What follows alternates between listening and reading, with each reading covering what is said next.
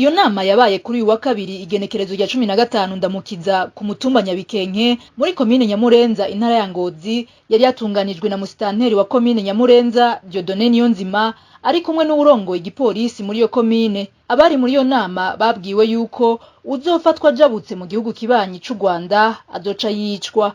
Igihe bobona uwurenze umupaka yaba umurundi canke umunyarwanda kuba barabimenyesha umusitanteri canke se komiseri, ahubwo ko imva yiwe yocibera aho nyene ku Kanyaru, ivyiwe bizoca biherera aho nyene.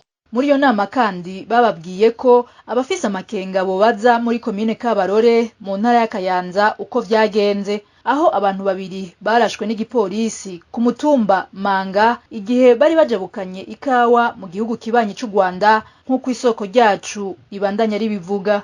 Nimba hari uwafise amakenga yuko atogirirwa ivyo ngo nibabaze muri komine ya Kabarore mu ntara ya Kayanza ngo aho birirwa barabikora nk'uko bahambwa mu Kanyaru ngo bagerageje kwambuka umupaka bose. Muri kino gihe abanyagihugu bo muri komine Nyamurenza batekewe n'ubwoba. Ku bwabo imbonerakure n'abapolisi barara barakizura bazohava bikika mu kiza mu gukorera ikibi abari mu migambwe itavuga rumwe n'uri ku butegetsi canke abo bafitaniye amatati.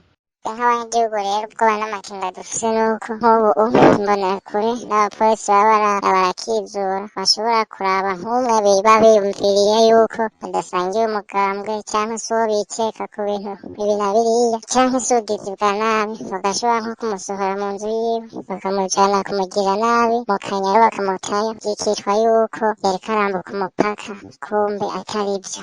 Ku bijanye n'izo nyigisho z'ubwicanyi ziriko ziratangwa mu banyagihugu ntituraronka Niyonzima Dieudonné musitanteri wa komine Nyamurenza kugira agire ico abivugako. Izo nama zo kwigisha kwica uwo wese bazobona ajabutse agenda canke ava mu gihugu kibanyi c'u Rwanda zari zatanzwe mu ndwi iheze no mu makomine ya Busoni, Ntega na Bugabira mu ntara ya Kirundo.